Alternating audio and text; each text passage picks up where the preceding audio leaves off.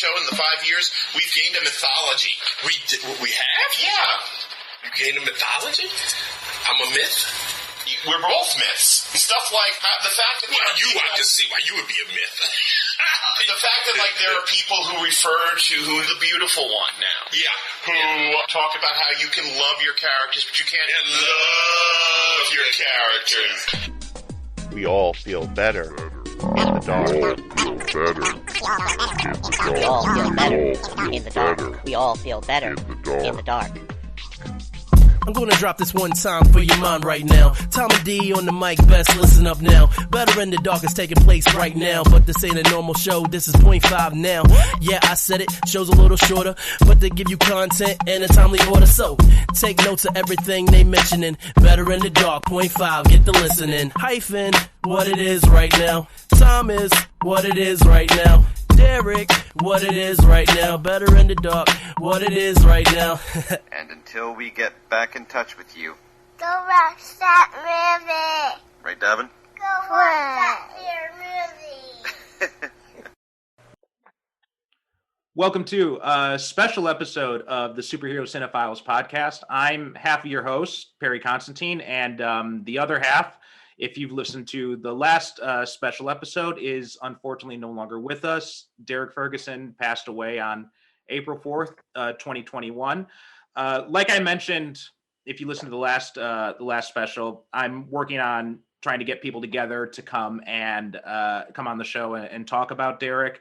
And we were trying to see if we can schedule like a roundtable thing, but there's one person in particular that I think it's better if, and we both kind of thought it'd be better if we kind of sit down and just talk just the two of us, because like me, this is a guy who had hosted a podcast with Derrick for very long. And that is a guy I've also known for many years, and that's Thomas Deja, who he and Derrick hosted the Better in the Dark podcast. So this is the first time we're doing a podcast like our two podcasts are kind of merging together. So I guess we could call this Superhero Cinephiles Are Better in the Dark. So Tom, how are you doing today? Well, as I was saying, as well as can be expected. I think, I think it took a lot of people by surprise, and I've been kind of numb for a couple of days because this man stood by me at my worst. Yeah. I've definitely been in those situations as well, and that was one of the things that even though you had a different experience because you and Derrick actually knew each other in person. You lived yes. I mean, together. Yeah, we lived only about 2-3 miles away from each other. Okay, yeah, and we found that out by accident, obvious. But yeah, no, he was one of my closest friends.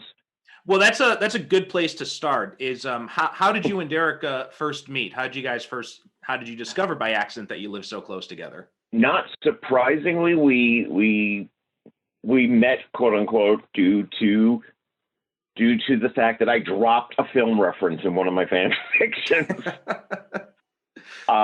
In Bill Katepi, our good mutual friend down in New Orleans, started a fanfic site called DC Year One. Mm-hmm.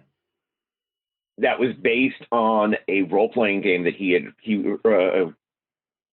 play-by-email role-playing game that he had devised. That led us to, well, why not we also do Marvel Year One? And I won Daredevil because Daredevil has always been one of my favorite characters. Mm-hmm. And in one episode, I made a reference to Derrick Flint. Mm. And Derrick sends me an email saying, I had to say, anybody who knows who Derrick Flint is these days.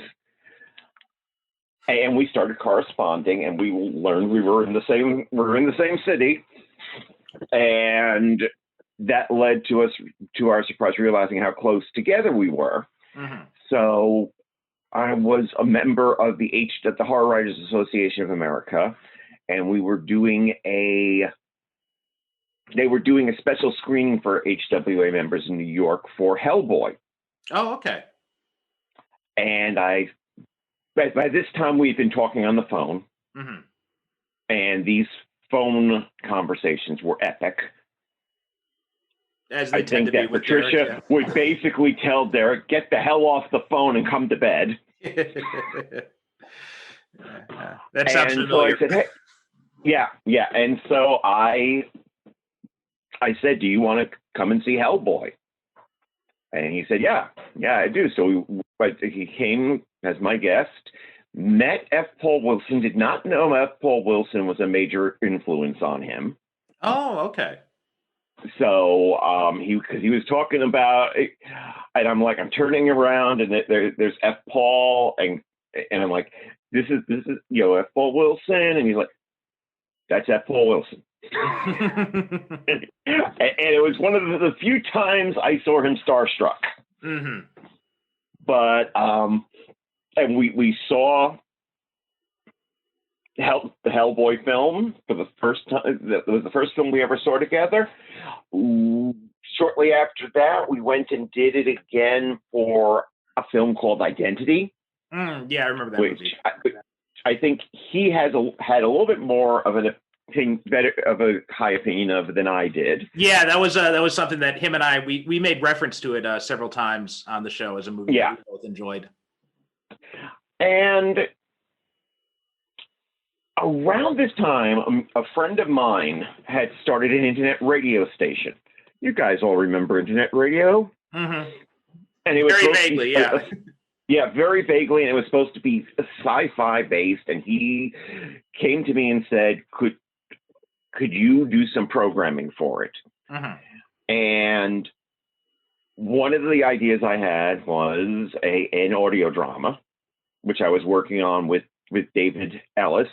Mm-hmm. And I said, the other thing is, I'd love to do a movie, like a show about movies, and I'd like to bring my friend Derrick in.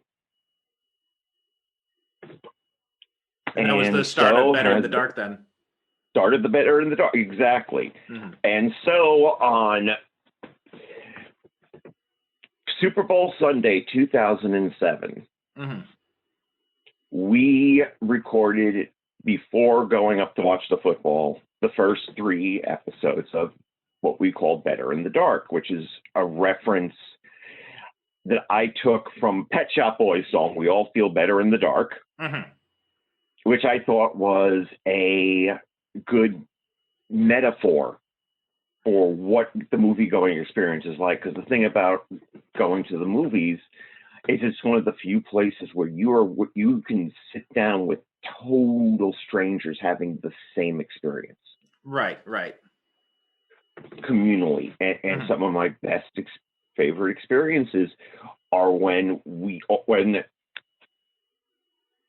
I was in a movie. I like to cite usually Saw. The first time mm-hmm. I saw Saw, and the big reveal at the end, and everybody in the theater together just went, "Oh!" Mm-hmm. And it's that communality where you don't know who you're with or who you're from. You're for that moment united. Right. Yeah. So, but anyway, so we did these first 3 episodes, and I edited them and I sent them to Michael Fallu, and Michael didn't put them out. So we figured, what the hell? We might as well put them out on this thing called the intranet. Mm-hmm. In 2007, and people liked it, and we liked getting together, and because that was the thing about Better in the Dark. It was just the 2 of us hanging out for the whole day. Right. I would show up around 11 o'clock, and we would record some episodes, and then we'd have lunch, and we would just hang out for the whole day, and just and I think that's the strength of any great podcast, is the sense that it's not just 2 people conducting business. It's 2 people having a conversation, and you set up a chair for them.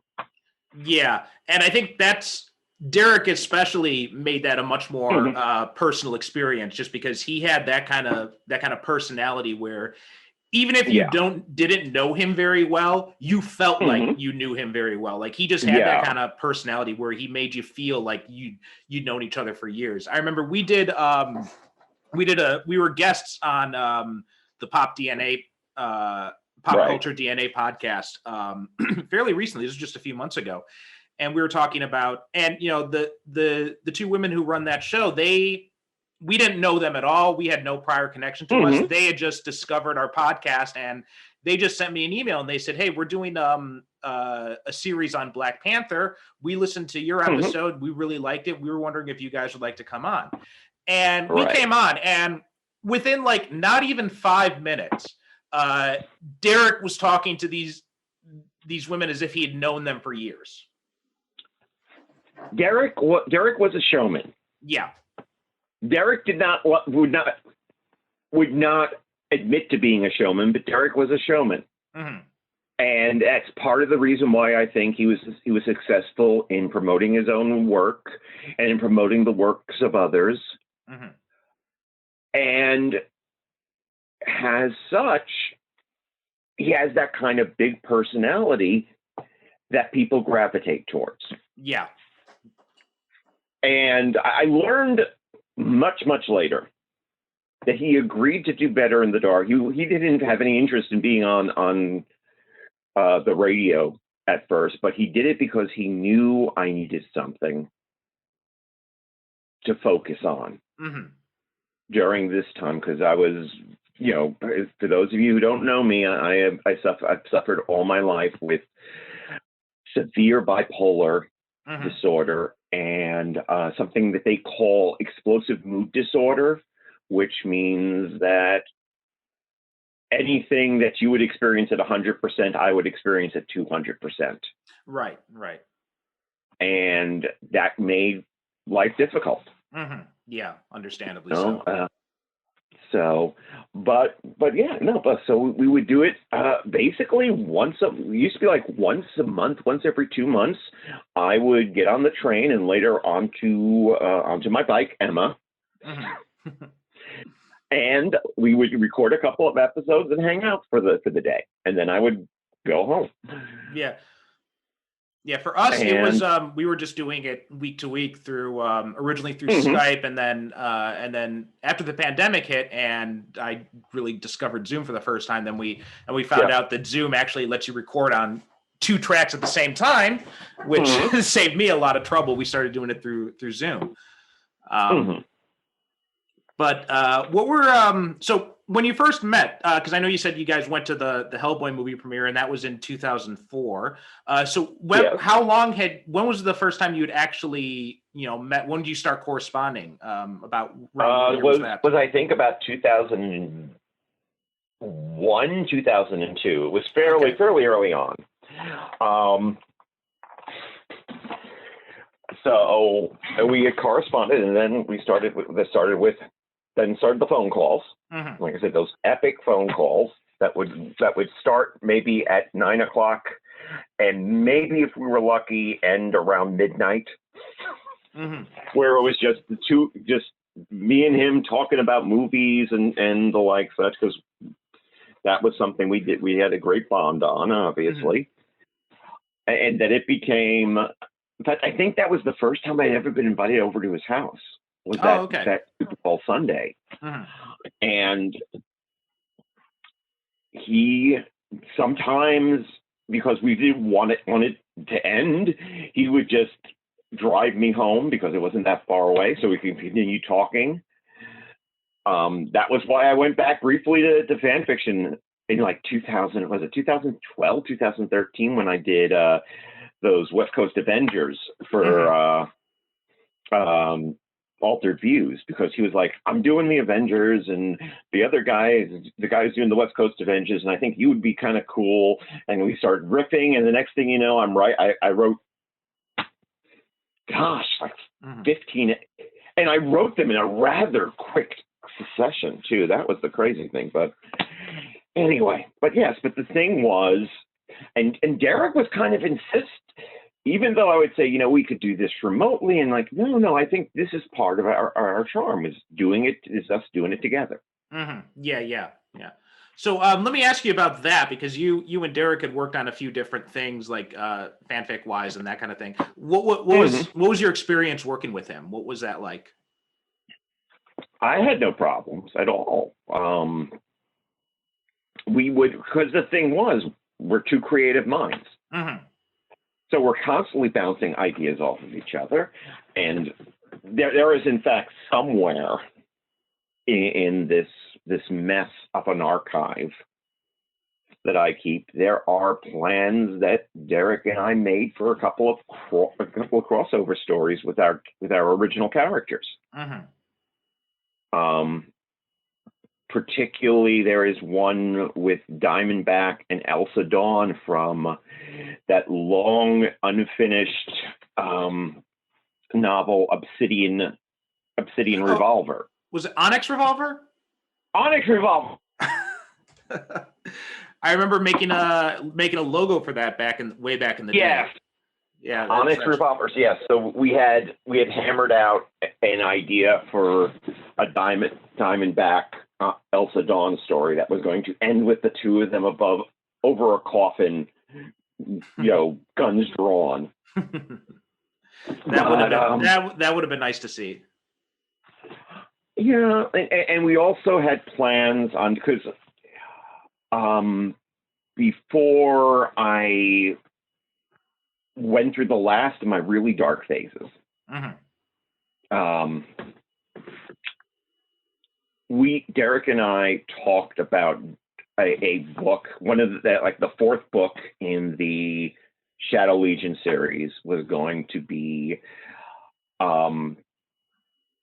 a collection of novellas, and I'd have each of the characters team up with a different character from another writer.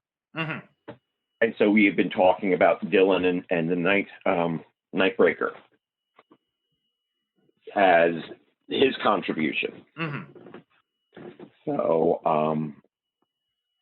we were but that's the thing. We were always talking about different projects, different things we wanted to do. We wanted to do a live Better in the Dark. We wanted to find, at one point, we were talking about finding a pub or some similar venue that we could rent out, mm-hmm. and just show a movie and sit and talk and just have a good time with the audience. We were constantly talking about other things. He always had ideas. I always had ideas. Mm-hmm. I will say that it took us a while. I'm sure your show did the same thing. It took but I think the one that I like to think is the one that gelled what Better in the Dark was going to be was when we did the Halloween retrospective, which I think was episode 8. Mm-hmm. And once we got that together, I think then we knew, okay, this is our rhythms, this is our habit. And we went through many things over those 7 years. Mm-hmm. And the one thing we knew is that any wild idea, remember we had musical segments. That's right. I remember that. Yeah. When Kaylin Connolly, who did our theme song, mm-hmm. and I talked on Friday after this was the news started reaching everybody. One of the first things I remembered was an episode where we talked about Dino De Laurentiis. Mm-hmm. And this conversation, he had this anecdote about how, I was an extra in that movie, King Kong. Mm-hmm. And he was describing about how, we were all at the World Trade Center and they brought out this giant foam Kong. And I started laughing. I said, that sounds like a sex act. And the next thing you know, we're doing this rap song of giant foam Kong for you, baby. I got a giant foam Kong. That's right. I do remember you guys doing those little musical things on the air. Those were really nice. And most of them were not planned. Right. Yeah. most of them were not because the thing was we would like another favorite episode that I remember is probably one of my favorite episodes was the last Christmas episode we did, which was supposedly part of our long delayed Summer of Speed. And we were looking at existential car movies. We were looking at Two-Lane Blacktop, which is amazing. And Vanishing Point and other films from that era. And for some reason, we got off on this debate about Baby It's Cold Outside. Oh, yeah. And I started talking about my favorite Christmas song, which is the Pogues' Christmas Fairy Tale of New York.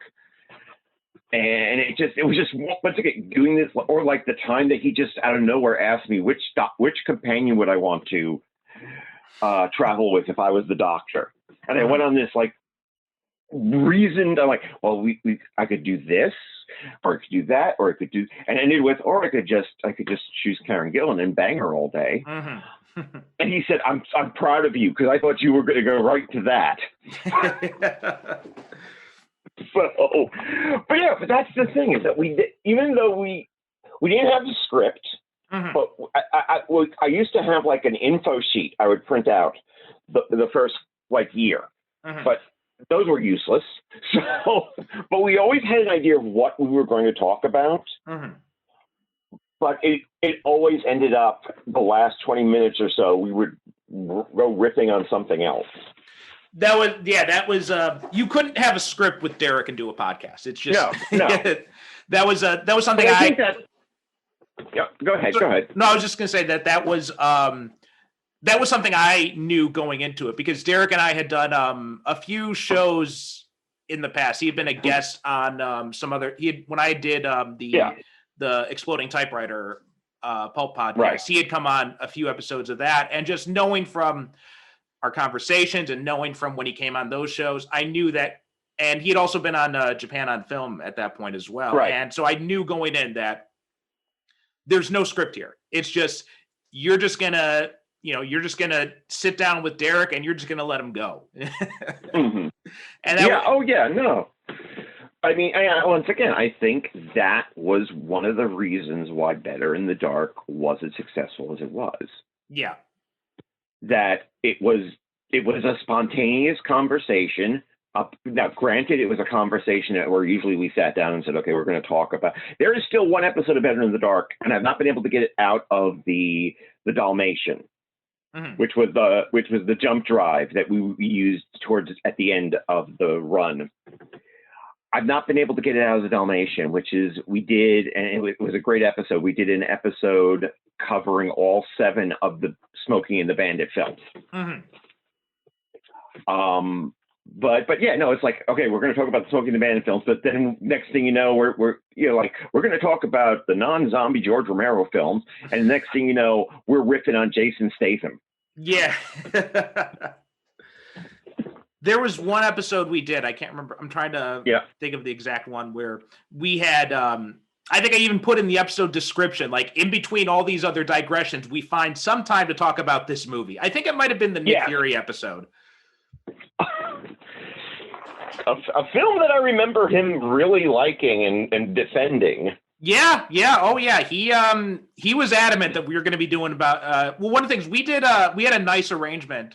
When we did the show is, we decided right from the start that, we'd alternate movie picks. So like I pick something for the episode, then he picked something. So we had that back and forth going, which really worked well for us because he had a bunch of these, really obscure superhero movies that he knew about. Well, he knew about obscure movies in general, but he also knew about, and so like he brought in one of his first picks was, after he got through Batman, the pick after that was Swamp Thing, and then he chose the original Doctor Strange movie, and then Nick Fury. And the Nick Fury episode, I just looked up the description. Between digressions about politics and comics, the Watchmen TV series, Crisis, and a whole bunch of other tangents, we kind of talk about our main movie. Yeah, it's that was the thing. Is usually it would take us about 15 minutes to actually get to the meat of the episode. Yeah.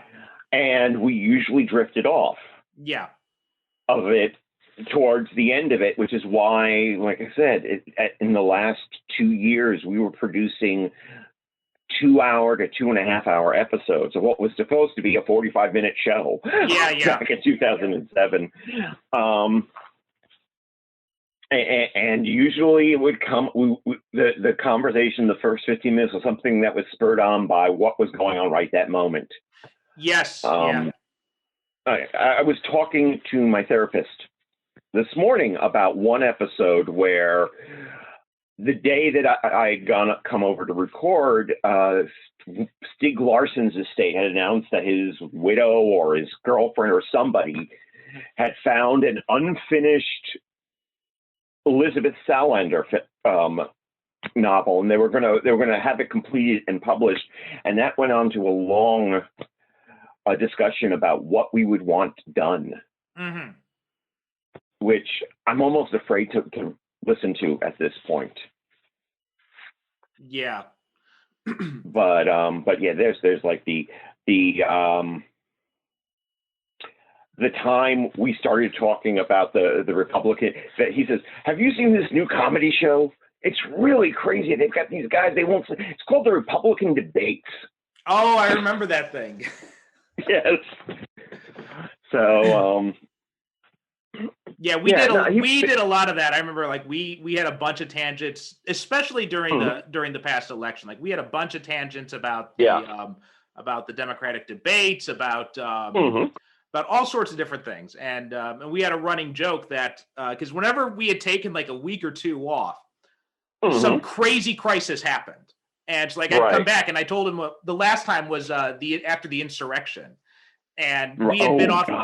We had been off the air for like 2 weeks because scheduling issues. There was also confusion because my daughter had been born during that time too, and so he just assumed that I wouldn't be available to record. And so then I sent him an email. I'm like, "Hey, where are you?" And he's like, "Oh, I just assumed your daughter was born. You wouldn't be recording." I'm like, "No, she's still at the hospital. Right. I can't even go over there yet because of COVID." So.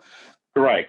But so then when we finally got together, and I opened the episode, and I told him, like, I've got a theory that our podcast is the glue holding the universe in order, because every time we take a week off, something insane happens.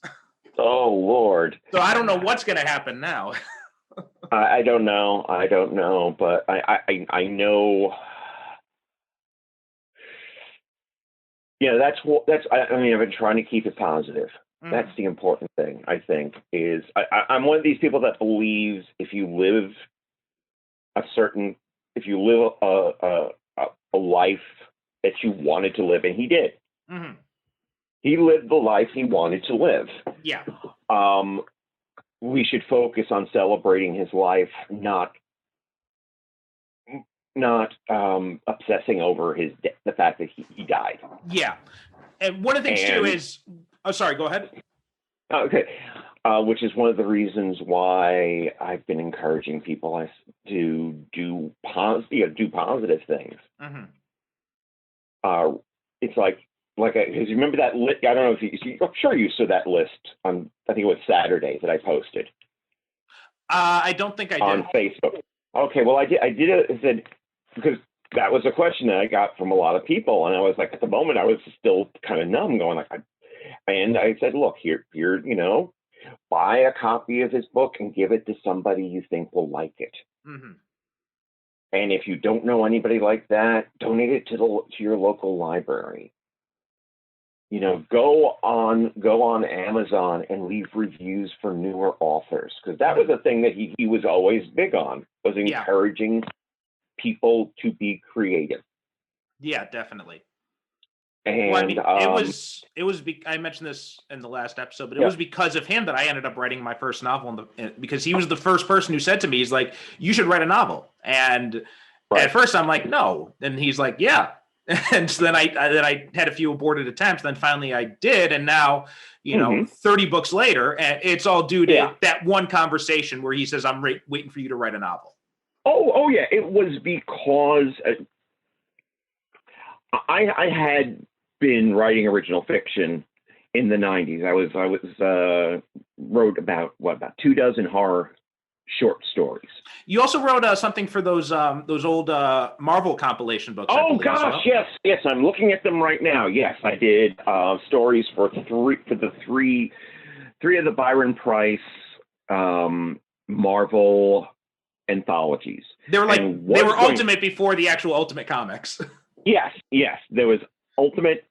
Which ones did I do? I did Ultimate Hulk. Mm-hmm. I did X-Men Legends, which features one of the weirdest covers I've ever seen. I don't know what that painter was thinking of, but it wasn't the X-Men.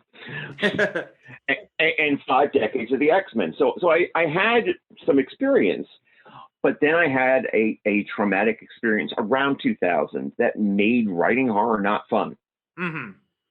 So I did nothing but write fan fiction for a while, and Derrick was always big on trying to get me back into doing original stuff. And it was him who introduced me to Russ Anderson. In fact, that was another one of our earliest meetups.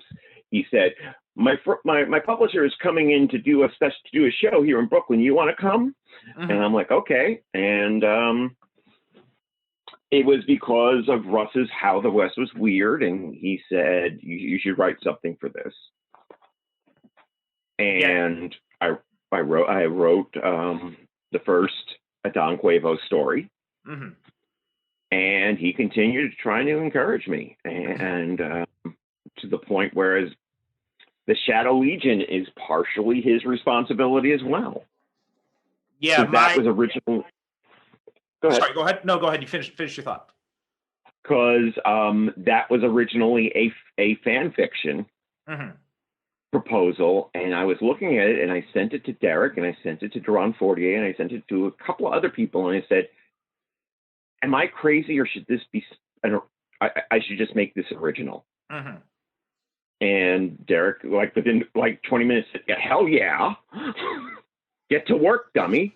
Yeah, I had a situation like that as well. And this was actually, I believe, if I'm not mistaken, this is a fan fiction series that you brought me in on. You asked me to do Wolverine for, I think it was Altered Visions or one of those other sites around there. Right. And so I'd written this series, and it was really, brutal. And Derrick was the one who said to me, he's like, why'd you do this as fan fiction? This should be something original. And so then I did end up repackaging it as an original novel. Mm-hmm.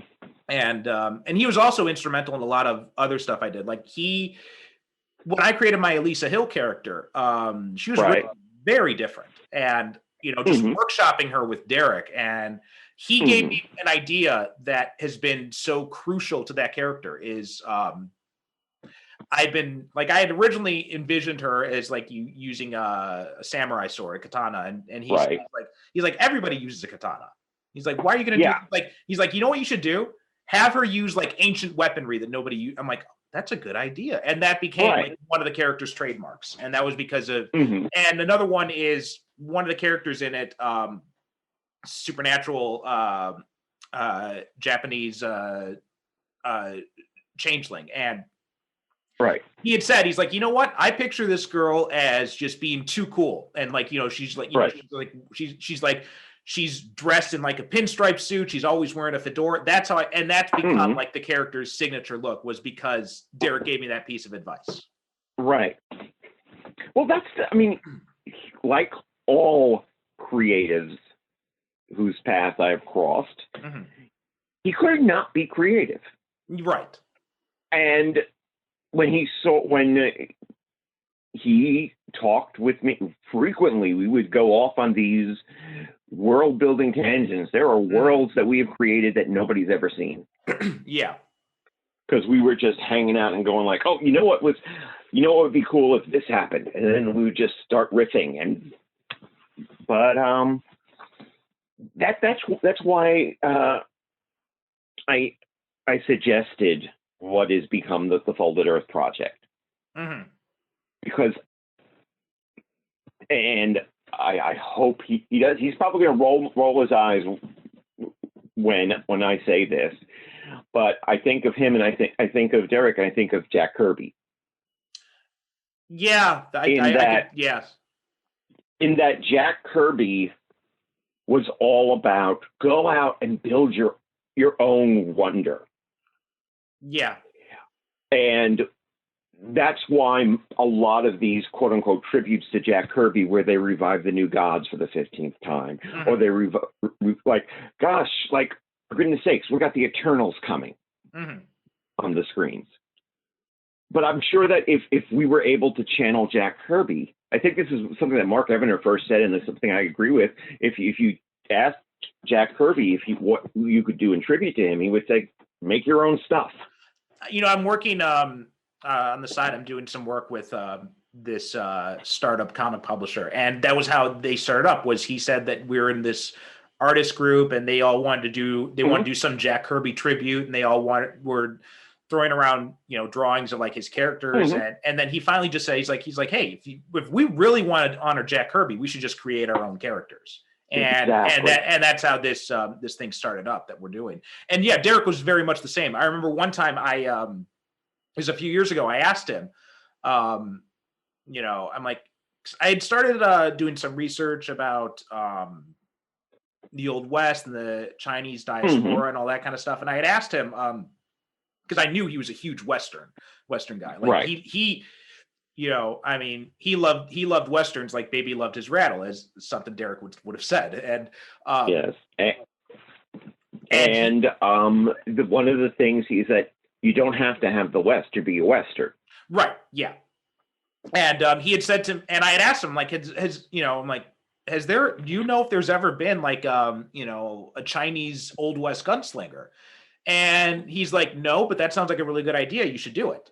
And then that led to my story for Pro Se's Asian Pulp, where I introduced the Hatchet Man character Shun Han, which Derrick and I had actually begun. We had signed a contract. We had begun working on it. We were going to do a series of novels based on that character, and he had actually one of our last conversations was he asked me to resend him the information so he could get work on starting to plot out the first book. And so yeah, we had actually been hoping to get started on that like around now. And so yeah, that yeah. But I mean, that's something I don't know if I want to do, just because one of the reasons I went to Derrick was because he's so much more knowledgeable about the Western genre and stuff like that than I am. So I don't know if that project would ever see the light of day without him, just because of how much I wanted his input on that. But we're not ready to announce anything yet, but we are working on some stuff that he would have liked, I think. But that's the thing though, is if you want to honor him, create. Yes. Yeah. You put something new in the world that somebody else can look at, and we get that sense of wonder from. Yeah. I don't think there's one concept I've had that Derrick didn't have eyes on in some form in the past. In any of my original stuff, I don't think there's anything that Derrick didn't have eyes on at one point before it was published. Yeah. There are lots of characters that he and I talked about that have never seen light of day. The infamous Tao Jones, I still have half a book of, which was going to be my, because of course Derrick and I had a great love of Peter O'Donnell's Modesty Blaze books. And Tao Jones was my way to kind of pay tribute to O'Donnell.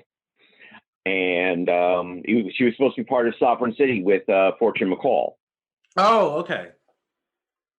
And in fact, I think that we actually wrote a scene, like a brief crossover scene for one of the books.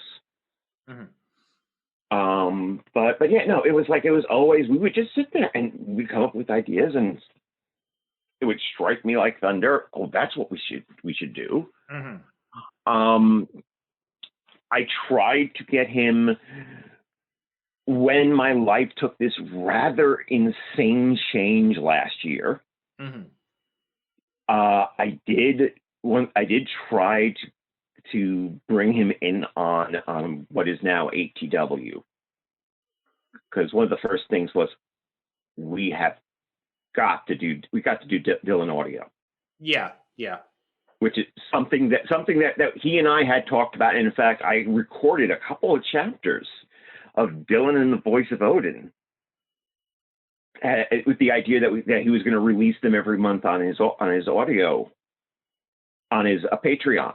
Mm-hmm. And that because I had the attention span of a gnat, kind of didn't go anywhere. But I remember reaching out to him and saying, I don't believe I'm doing this, but I've got an audio radio drama troupe now, and I want to bring Dylan to other people. And he goes, Tom, I think you've got enough on your plate right now. Mm-hmm. You've got enough on your plate with Strangers in Paradise, with the other stuff. Let's not start that. And I'm like, okay, sure enough. But I said to him, we're going to keep trying. Well, that was we had been talking about, because I had in the past 2 or 3 years or so, I've started to take art classes and starting to work on my own art skills. And one of my goals, one of the things I really wanted to do, one of the things that I had envisioned doing is, and I told him this, and and that I wanted to do a Dylan comic book with him, and because we had worked long time ago, we had I had adapted one of his Dylan stories into comic script, because Derrick hated writing comic scripts. He hated, he just did not understand how to put them together. And so like whenever he had a Dylan comic story, what he would do is he would write out it as a short story, and then he'd send it to someone else to write the script. Like Russ did a few scripts, I believe, for a lot of the like I think all the ones that Airship 27 has published, all the Dylan comic stories were scripted by Russ, I believe. And at one point, I was trying to get a comic anthology together that unfortunately never really saw the light of day. The only 3 stories got completed from that. Airship 27 published, I think, only 2 of them. One of them was a story I did with Domino Lady. Another one was one Hunter Lambright did with the Purple Scar. But none of these other stories had ever really gotten completed. But one of the ones that came in was Derrick had sent me, I believe it was a chapter from Pirates of Zanira or Legend of the Golden Bell, or one of those, or one of those that, and he had sent me the story, and I had translated into script form, and I had just had such a ball doing that, and it was always something I'd wanted to do more of. And that was the great thing about Derrick's writing, is you got the sense, like with the Dylan novels, you got the sense that you were hearing about 3 things in a Dylan novel. But for everything that you heard about, there were 5 or 6 things that happened that just didn't come up. Yes, yeah. Well, he had so many. I mean, the cool thing about Derrick, and I think this is one of the reasons why whenever we did podcasts with him, he'd always go on tangent, is his mind never stopped, right? He was just always, his mind was, he could stay focused on something, but he was always had something else going on the side. And so in the Dylan stories, you see that where he brings in all these little references to stuff that, like other stories, other adventures, stuff that he had not even written yet, but it's just the references are there. I think that one of the projects that he talked about with me during the Better in the Dark phases was, what would happen is he would mention he had these little side characters, and other writers would come up to him and said, I really like that character. And he came up with, he wanted to do an anthology of just those characters written by other people. Yes, I remember that. Yeah. But that's the thing, is that the world, even though he spent a lot of time in Dylan's world, that's barely been touched. Yeah. So, and you always, because that's part of the problem I find with a lot of movies these days, actually, is that you don't get the sense of a world that's lived in. You get a sense of a world that is being manipulated to get you to watch future movies. Mm-hmm. You know, you can see the marionette strings. Like, okay, yes, here's Lobster Johnson, and he's only in one scene, but he'll be in the next one. Mm-hmm. Mm-hmm. But you got the impression that there was this very vibrant world going on constantly. Yes. Yeah. And it wasn't that it was that he had to pick and choose which story to tell. It wasn't that he had no other stories. Yeah. And that was something that Derrick really valued too, was having, because I remember when we were talking about Black Panther, one of the big things for both of us in that movie was just how much the world of Wakanda had felt lived in that movie. Mm-hmm. And you can tell from reading the Dylan stuff or pretty much anything Derrick's written is that he really valued that feel that there's a world going on out around the camera, around what you're seeing. I think that's kind of the difference, the general difference between Marvel movies and DC movies. Oh, absolutely. These days. Yeah. Is that I will defend Zack Snyder, but there was always the sense of the DC movies being done by committee. Yes, absolutely. Whereas Marvel films were done by committee, but there was always an individual stamp on them. And they felt different and they felt varied. And so the Marvel universe felt more varied and different. And there was all this stuff to explore. Yeah. But, of course, if you ask me, Zack Snyder should go into television, believe it or not. I think he should do 10-part series. Well, I mean, clearly he likes doing the long stuff, so yeah, he could do all the he could do all the promo he wants then. Yeah, no, but that's the thing. Okay, like Watchmen. Watchmen, when I saw it in the theater, I'm like, okay, that's probably the best we could ever do. Mm-hmm. And I even thought the ending was better because I was never comfortable with the giant space squid. Mm-hmm. Then I got the director's cut, the 3-hour director's cut, and what I found was not only did it flow better, but it flowed better if I watched it an hour each night over 3 nights, like a miniseries. Mm-hmm. I think that's his sensibility. His sensibility is more expansive, and I think that in trying to force it into a 2-hour bottle, he is doing himself a disservice. Well, if you want to know my thoughts about, because we had talked about the Watchmen movie way back in one of the early episodes. I think it was like episode probably 5 or 6 or something along those lines. So yeah, if you want to know my thoughts about that, I definitely have thoughts about Zack Snyder and Watchmen. You can just episode 7. That was it. I know that I am in the small minority amongst my peer group. Well, because I had one of the interesting things about me with that movie is I had come around on it. Like I had come around from liking it to not liking it. So I had a lot of this, because when you guys did that episode of Better in the Dark, when you were talking about Watchmen, and I had re-listened to that episode before we did our own episode on it. So I had gone back and the first time I had listened to that episode and I had seen the movie, I was nodding right along in agreement with you guys. And then since then, after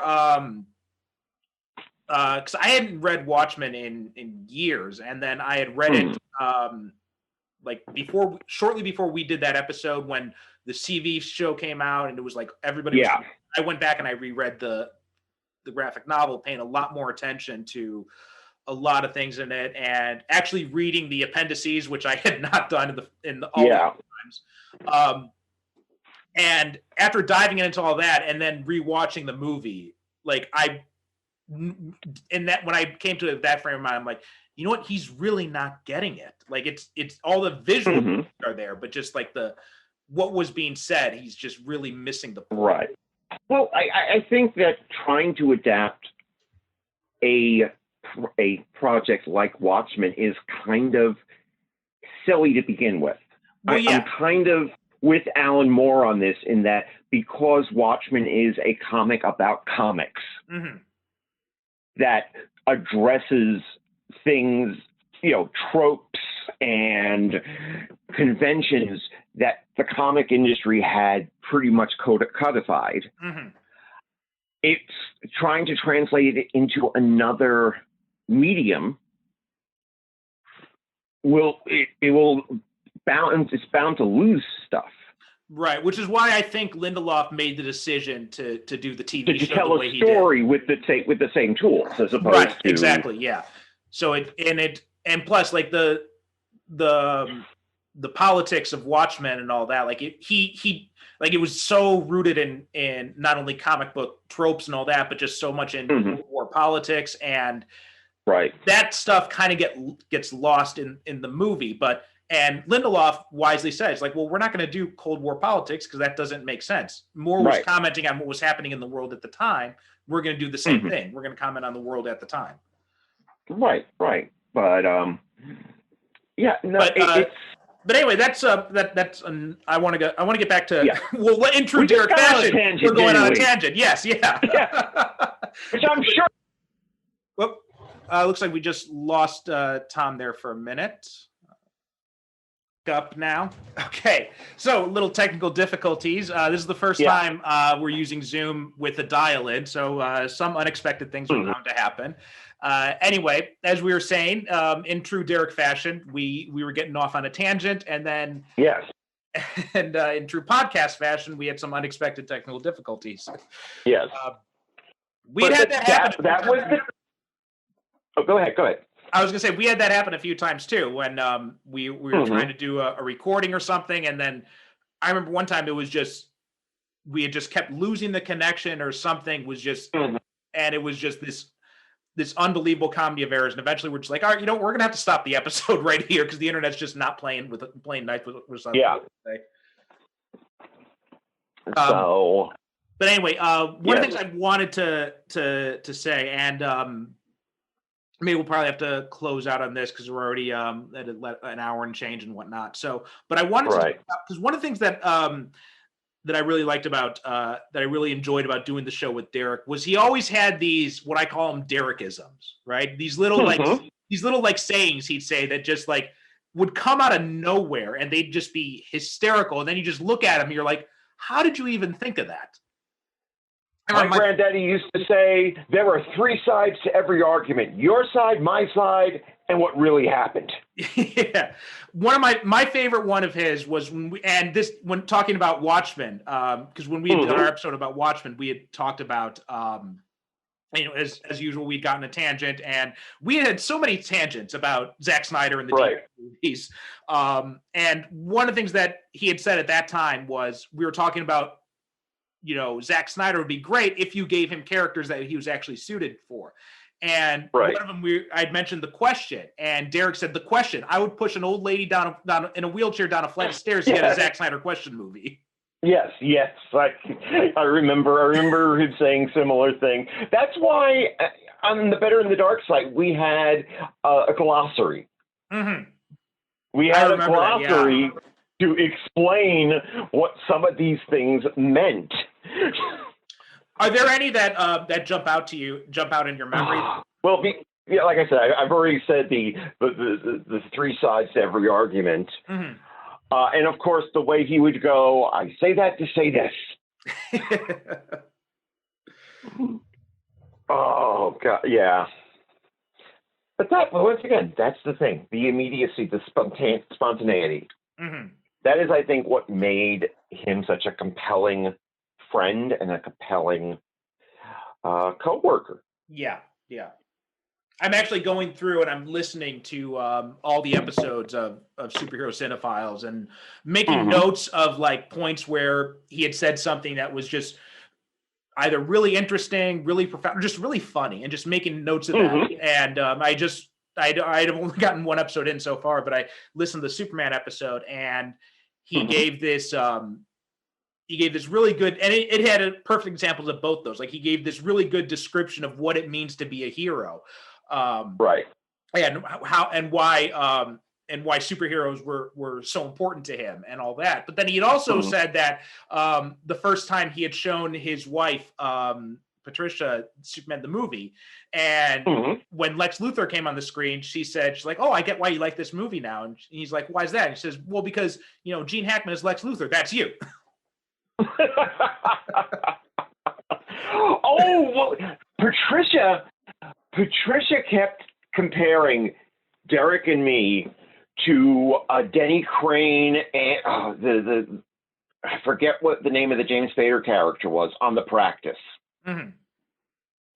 She kept saying that it's like, I know why you like that show, Derrick, because that's you and that's Tom. So yeah, she used to do that. We used to. Oh, what was once again, this is another episode of Better in the Dark. I remember when for some reason we got into a conversation about who would play us. Mm-hmm. And it's all I remember is all these great. The time we got hijacked by Ken McIntyre, mm-hmm. where we were starting the episode and he just took it over. Oh, and of course, and I think I would not be the medicated person who has made all this progress I have made, if not for that episode. Mm-hmm. I'm sure you know which one I'm talking about. The one we would never refer to by name because I had such a breakdown on it. I'm like, and as I was editing and listening to it, I'm like, oh, no, this is not what I want people to see me as. Okay, yeah. I remember that now. Yeah. You remember that episode?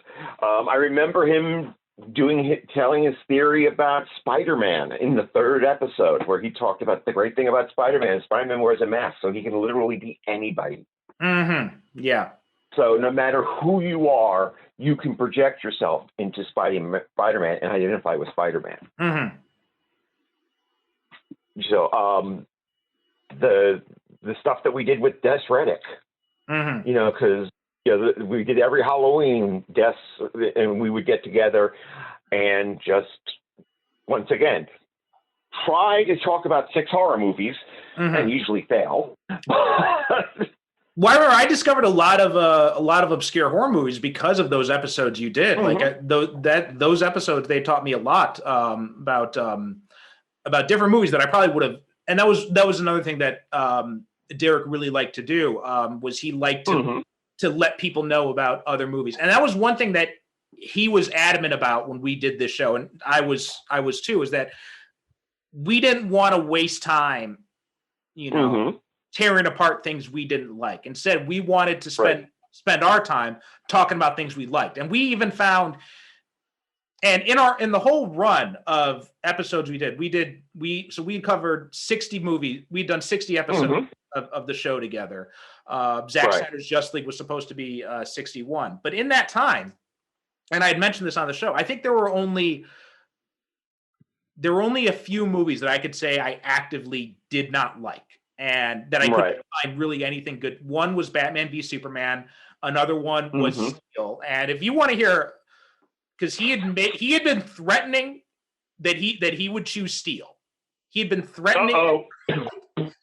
And because we had done a poll, because when we were leading up to our 50th episode, we decided let's do we'll let the listeners pick a movie. We'll do mm-hmm. a poll, and then we'll watch it live, and we'll record our commentary for it. Right. And we were trying to get votes out, and Derrick said, "Now look, if you motherfuckers don't vote, then I'm going to pick Steel." And sure enough, you had some wise asses in the comments being like, "You know what? I kind of want to see you guys do Steel now." And then we had done it last year, and then we had done it this year. Is he wanted to do in February? He wanted us to spotlight black superhero movies. So the first year we did it, right? We did like Black Panther, we did Meteor Man, we did mm-hmm. A-Bar, and then this year mm-hmm. we had done. Oh my God, A-Bar! Yeah, we did A-Bar. Yeah. Oh my God! And this year we had done. We did Blade 2. We did. mm-hmm. Project Power, the Jamie Foxx, Joseph Gordon-Levitt movie, and we'd done another one I'm blanking on right now. But then we had also done, and then he said, he's like, all right, you know what? We're gonna do Steel, and I'm like, oh. And I remember when we opened that episode, I had said to him, like, you know, like I opened the episode, I just shook my head, and I said, I'm like, I fucking hate you for making me watch this movie. But goddamn, if it wasn't one of the funniest episodes we have ever done. Like, but that's the thing. People enjoy hearing other. It sounds horrible me saying it, but people enjoy. That's why one of the things that we used to say on Better in the Dark is we watch this shit so you don't have to. Yeah. So and that's something I try to keep in my partnership with Des nowadays. Yeah. You know that yes, even. Derrick has said to me more than one occasion, you know, you can be a good movie, you can be a bad movie, just don't be a boring movie. Yeah. And I'm one of these people that believes, and I'm sure Derrick might have agreed with me, that there should be no such thing as a guilty pleasure. Yes, I think so too. I definitely agree. I think that. If you like, for example, I love The Return of Captain Invincible. Mm-hmm. Since this is a podcast about superhero movies. The Return of Captain Invincible, which is directed by the French-born, Australian-raised Felipe Mora. And it is bug fucking sane. It is Alan Arkin plays a Superman stand. It was basically a parody of the Superman the movie, with Alan Arkin as Superman and Christopher Lee has Lex Luthor. Oh wow! I gotta. And it's a musical. Oh my god! It is a musical with music by Richard O'Brien. I know Derrick would have. I'm surprised. I'm actually surprised that Derrick had not picked that movie, and because I think it's very difficult. It's very difficult to find, but the thing is, when I introduced him to it, it was a joy because yes, it is not a good movie. Yeah. The work of Felipe Mora is not good as a whole, but it has such this energy. It's like listening to a kid recount a story, like a 5-year-old kid recount a story in one breath. You know, and then this happens, and then this happens, and then Christopher Lee sings a song about alcoholism, and then this happens. Oh wow! I'm confident that if he were still around, he would have definitely gotten around to picking that at some point. Oh! For some reason, the film I've been thinking about a lot is The Beast Must Die. Oh no! The werewolf movie. Oh, go ahead. I was thinking about something else because he had written a book that was an adapted screenplay from like a B movie or something. Right. And it like had a similar title, so I just flashed back to that real briefly, and I'm like, no, it's like one of the obscure, because I used to joke that there were like 3 different shows that we did every year that were like our WrestleMania, our SummerSlam, and our Royal Rumble. Right.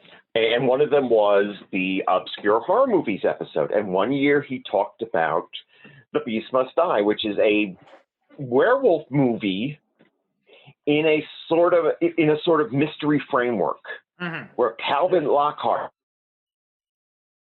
a bunch of people he suspects are werewolves, to his home, and tries to determine which one is a werewolf so he can kill it.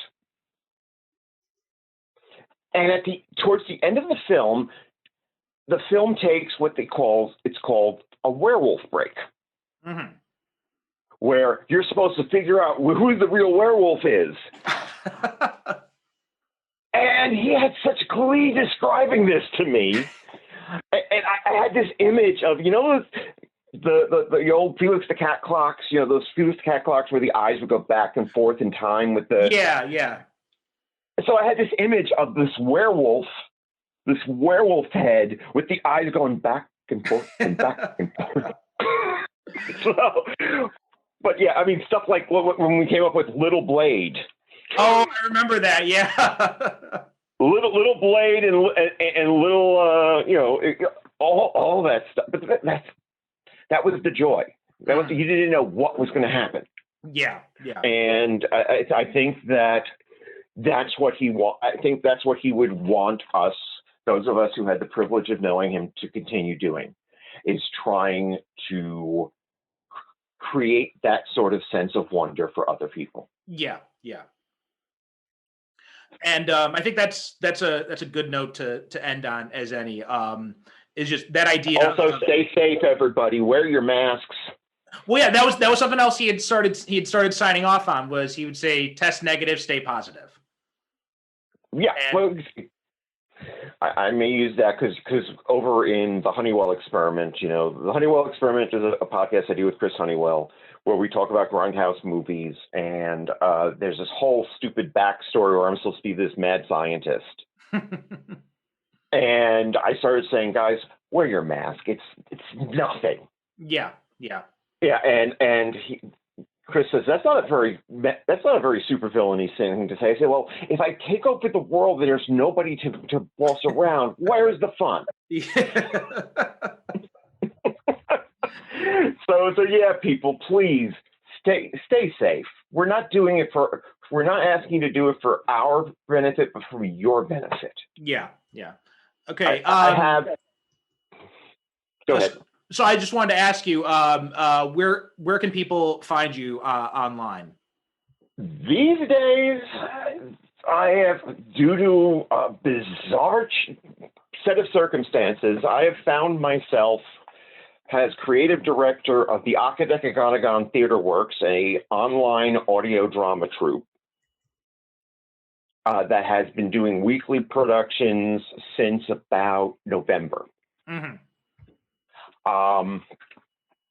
And you can find the ATW at their newly minted website, atw.ninja.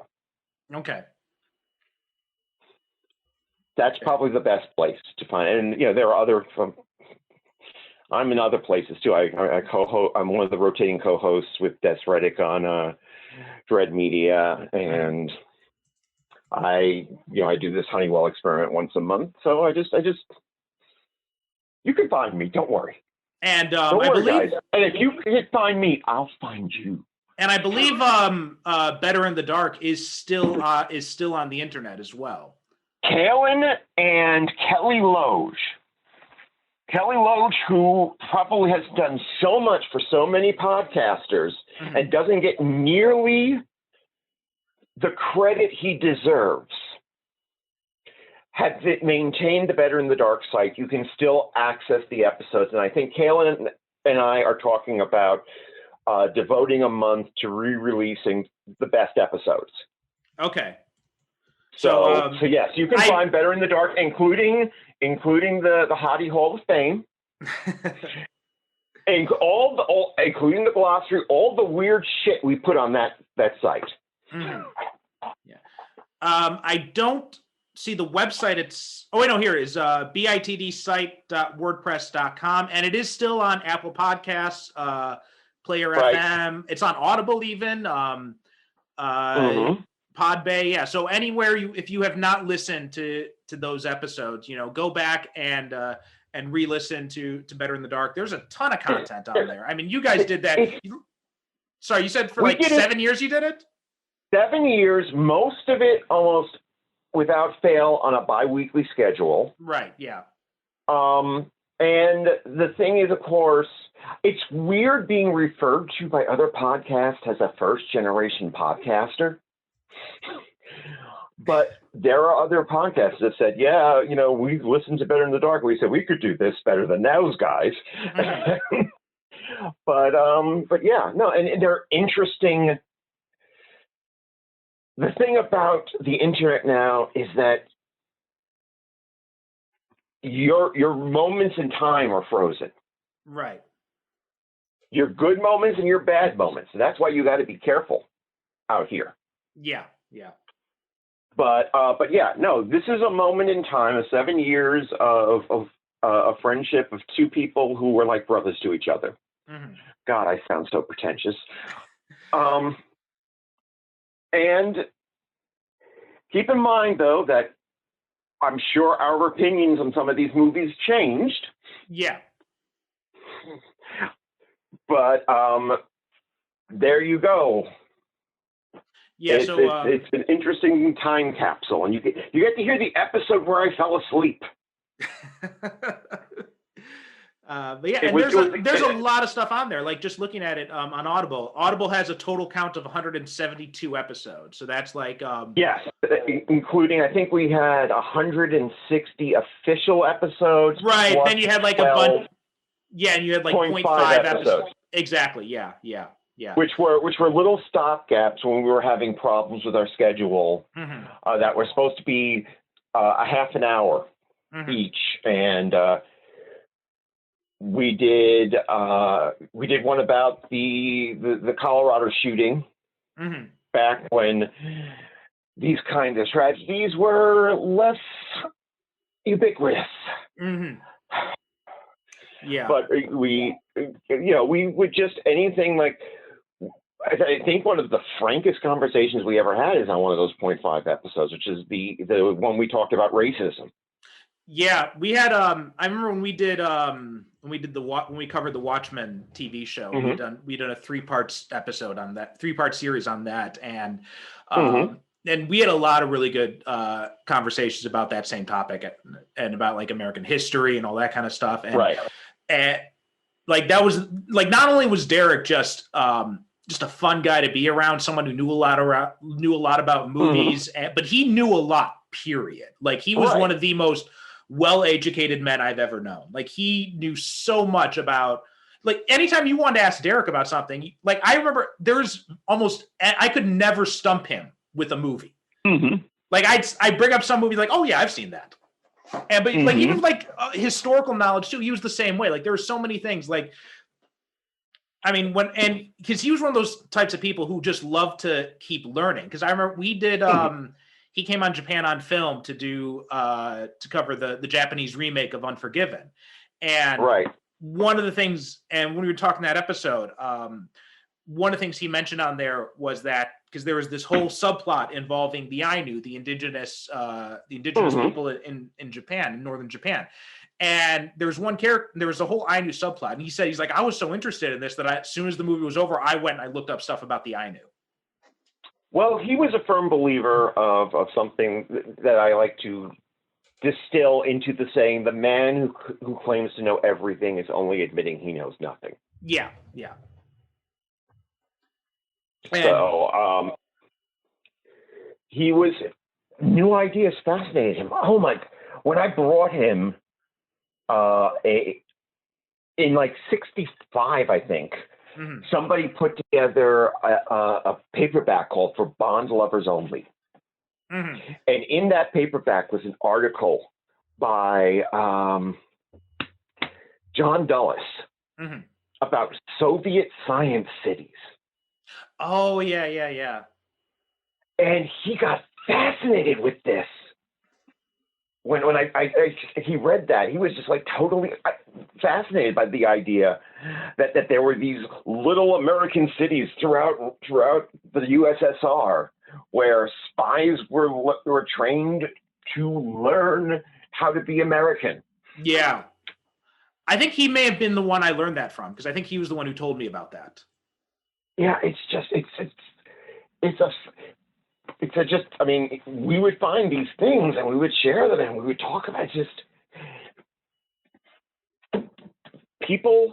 I think people think that they stop learning mm-hmm. once they get out of school. No, guys, no. You should always be learning. Yeah. So that's another thing we can do.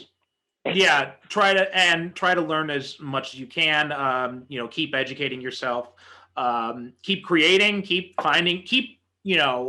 watching new movies, watching obscure movies, because those are the ways. Watch older movies. Yeah. I'm talking to you younger whippersnappers, because I know that there's a whole generation of you that don't want to watch anything before 1977. Mm-hmm. but there's a whole slew of films that, yes, they're slower than you want. They're have a different cadence, but they're amazing. Yeah. And the reason all you chuckleheads who talk about what a great film Joker was, obviously having Joker, otherwise known as my Martin Scorsese fan fiction. Let me tell you something. Go back and watch Taxi Driver. That'll learn you some. I'm sorry, that pisses me off. that movie pissed me off. We had actually covered that movie. Derrick had that was one of Derrick's picks. We did that I think last year, I want to say. But yeah, so we did Joker. We did a whole bunch of stuff spanning, all the way back from like Batman 66, A-Bar, and to even Avengers and Age of Ultron. I think and the three of us have said more about A-Bar than anybody else has. Probably, yeah. Probably right there, yeah.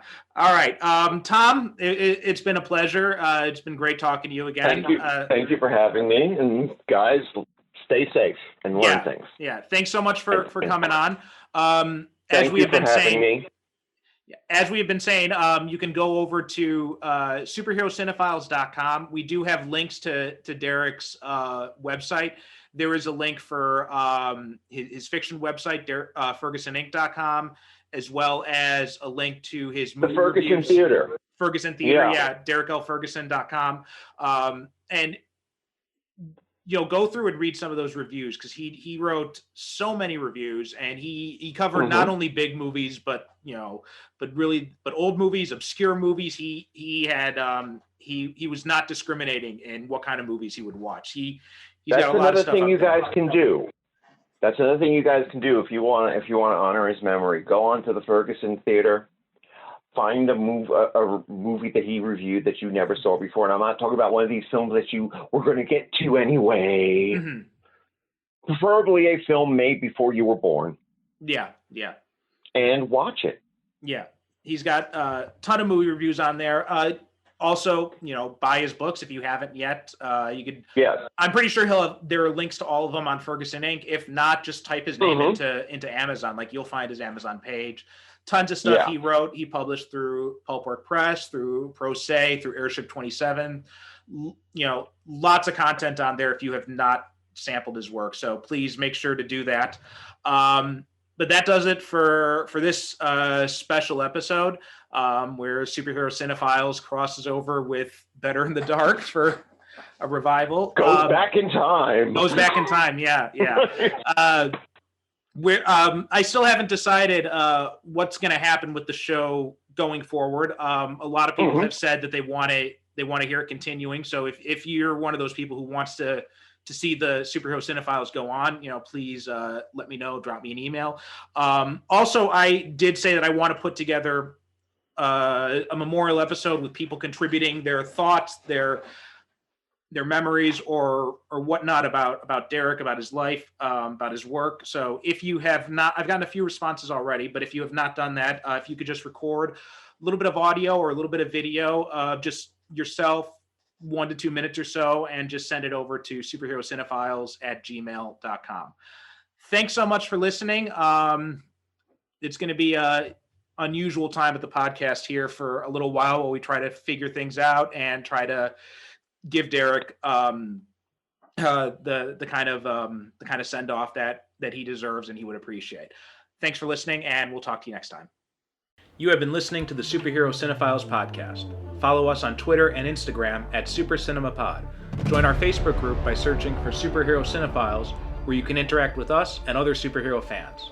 If you'd like to support the show, you can become a regular supporter at Patreon or make a one-time donation through PayPal, both of which can be found at our website, superherocinephiles.com. If you buy or rent any movies through the Amazon links at our site, it helps support the show. Please be sure to rate and review us on Apple Podcasts or wherever you get your podcasts.